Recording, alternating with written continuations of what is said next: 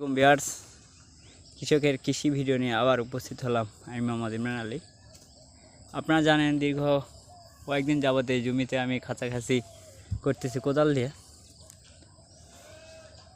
এ হলো সেই জমি যে আমি কালকে এই লাইন কোপাইছি, এই এতটুকু। আজকে শুনলাম নাকি টিলার আসবে, তাই আজকে একটু কাজ করব না, যেহেতু টিলার আসবে।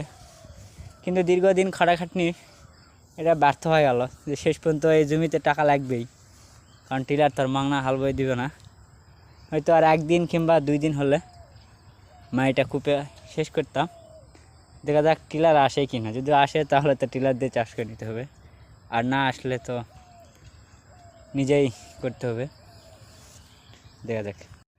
টিলার আসতে দেরি করাই ঠুকঠুক করে শেষ পর্যন্ত করেই ফেললাম।